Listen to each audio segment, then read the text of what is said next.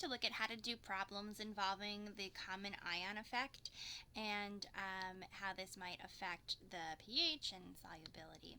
So let's just talk about, let's look at an example. Acetic acid, which has this formula, is added to water. If it's an acid, it's going to function as a Bronsted-Lowry acid. It's going to release H plus and turn into its conjugate base, which is the acetate ion. And it's a weak acid, so we'll do these double arrows. And I want to let you know it's totally acceptable if you wanted to make this react with liquid water and produce hydronium and the acetate ion. If you want to look at that reaction instead, that would be totally fine. But I'm going to simplify it and look at it this way. So what do you think would happen to the equilibrium if we were to dissolve sodium acetate into the solution? So common ion problems are essentially giving you a salt that is a source of a common ion, an ion in common with the equilibrium you have already going on. So what's special about this salt? It's group 1. What do I know about group 1 sodium? It's always soluble. So this would be a strong electrolyte. It would 100% ionize into Na plus and the acetate ion. Meaning if I had a 0.1 solution of this, I'd have 0.1 sodium ion and 0.1 acetate ion.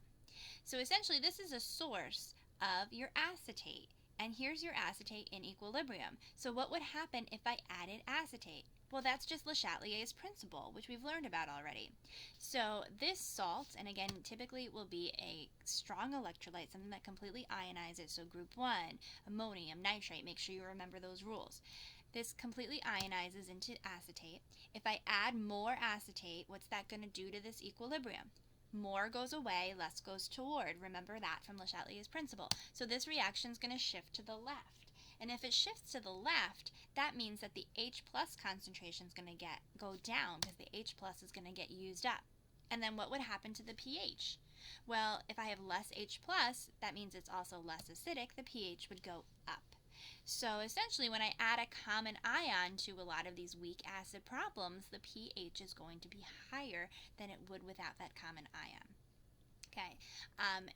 And if you were to, just jump down here, this could be an electrolyte, this could be a salt, but when you add a common ion, something that's like in your products, it's going to force that equilibrium back to the left, and not as much of it is going to ionize. So the lesson is here is that a salt is less soluble, and I wrote salt here, but I really should have put electrolyte because this is true of your weak acids, of your weak bases. So an electrolyte is less soluble, or would ionize less in a solution that has an ion in common with it. And if you're in future, you might see this already changed if you're not in this current class. But maybe you guys, if you see salt here, just change it to electrolyte. Okay, so essentially here, if I add this acetate ion, it's going to push the equilibrium to the left. I'm going to have more of it staying as the molecule. I'm going to have less of it being ionized into H+. And yes, I'm going to have a lot of acetate ion in solution, but that's going to be coming from the salt, not really from this dissociation, not from the source of acetic acid. It's coming from the source of sodium acetate. Okay, now you can see problems that are calculations with this as well. Now we're going to look at problems where not only are you going to have a concentration of this initial acid here, you're going to have a concentration of some salt that contains a common ion in it. So let's look at this example. Feel free to pause the video and give it a try. It's going to be very similar to problems that we've done before, except now you have a solution of a common ion added to it. So give it a try and then pause the video and then unpause it and check your work. So for this, it'd be helpful to write an ionization reaction. So your nitrous acid is ionizing into H plus and the nitrite ion. And for these problems, I know we had learned a shortcut where if I didn't have this bottom part, I could plug into that equation where H plus is the square root of Ka times H plus Ka times the initial acid concentration. I can't just use that shortcut right now because I have NO2 minus present initially. So I'm going to have to do an icebox. So So for these, always go into an ice box. If you have initials of your product side at all to start with, you cannot use that particular shortcut. You can use the 5% rule, but you can't use that shortcut equation of H plus equals the square root of Ka times initial acid. Okay, so filling in my ice box, I have initial of my acids 0.085. My H plus is not, I could assume it to be 0 to start with. It's not mentioned. But my NO2 minus, this is a strong electrolyte. K plus is soluble all the time, group 1. So 0.1 molar NO2 minus is what I have presently. Okay, put in my change, and I have a video on weak acids if you want to look through how to do that. And now I don't have anything at equilibrium. I can put these in terms of X. Now, if I could do my 5% rule, I'm going to do the 5% rule here. I'm going to assume that since this is a weak acid, very little of it is going to ionize. So this amount of X that would be produced, this amount of H plus from this weak acid, is going to be negligible in comparison to the initial acid and negligible in comparison to the nitrite ion from this salt. So I'm going to assume that 0.085 minus X is still going to be pretty close to 0.085. And this will be X, and 0.1 plus X will be pretty close to 0.1 still. And I know that we said, okay, for the 5% rule, this should really be a difference of 1,000 or more. And it's not exactly there, but it's not going to make a huge difference. If you want to not do this assumption, feel free. It's just going to make your math a lot more complicated. Okay, so now I'm just going to plug into my Ka expression. I have Ka, I have everything else I can plug in, and I solve for X, and I get that X is 3.8 times 10 to the negative 4. If you want to check the percent ionization, feel free, but you will notice that 0.1 minus 0.00038 is still going to be pretty close to 0.1. So I think this approximation should be fine. Make sure you answer the question. This is the amount of H plus in solution. And again, notice that, like I said, 0.1 plus 0.00038 is going to be essentially 0.1. Most of the nitrite is coming from the common ion, not from this particular equilibrium. But make sure you answer the question, get the pH, do the negative log of H plus, and I get 3.42. In case you're curious, if I were to do this problem by saying that there was 0 nitrite to start with, if it was just like the other weak acid problems I've done without the common ion there, if these were both products were 0 to start with, I would have found that the pH without that salt would have been 2.2. More of that acid would have ionized into H+, I would have had more H+, and the pH would have been lower. So having that common ion makes that weak acid ionize less. Or if it were a salt, if it was the dissolving of an insoluble salt, it would make it less soluble. Okay, you can also do weak base problems just the same kind of way. Okay, here's ammonia acting as a base, turning into a conjugate acid. H2O would then turn into OH minus. Okay, well, how would adding ammonium chloride to the solution affect the pH? How would it affect this equilibrium? NH4 is always soluble, so this would be a source of ammonium. So that would be saying that, okay, I've added NH4+. What would happen to this equilibrium? Okay, it would shift to the left to use up that NH4+. So if it shifts to the left, OH minus would go down. And how would that affect the pH? Oh, that means pH would go down. If it's less OH minus, it would be getting more acidic. Okay.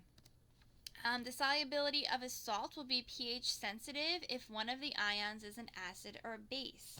Okay, so let's look at this salt, which is not really a salt, it's a base, so this makes this problem easier. I actually have OH minus being released as an ion, so let's look at that easier situation first. So I want to know, how would a change in pH affect the solubility of magnesium hydroxide?